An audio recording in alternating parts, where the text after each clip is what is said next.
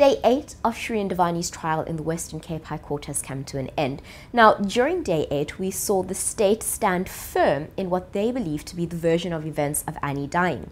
The state absolutely believes that Xolile Mngeni, who died in prison over the weekend, was sentenced to life in prison because he was the man who shot Annie Dewani.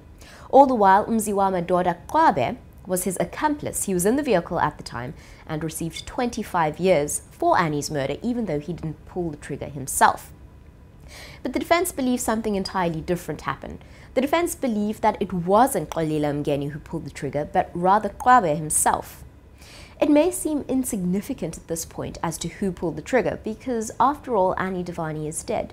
But what the defense are trying to do is prove that the state didn't adequately handle the situation, that they didn't have the right information, and that they were completely wrong in their assessment of Annie Dewani's murder.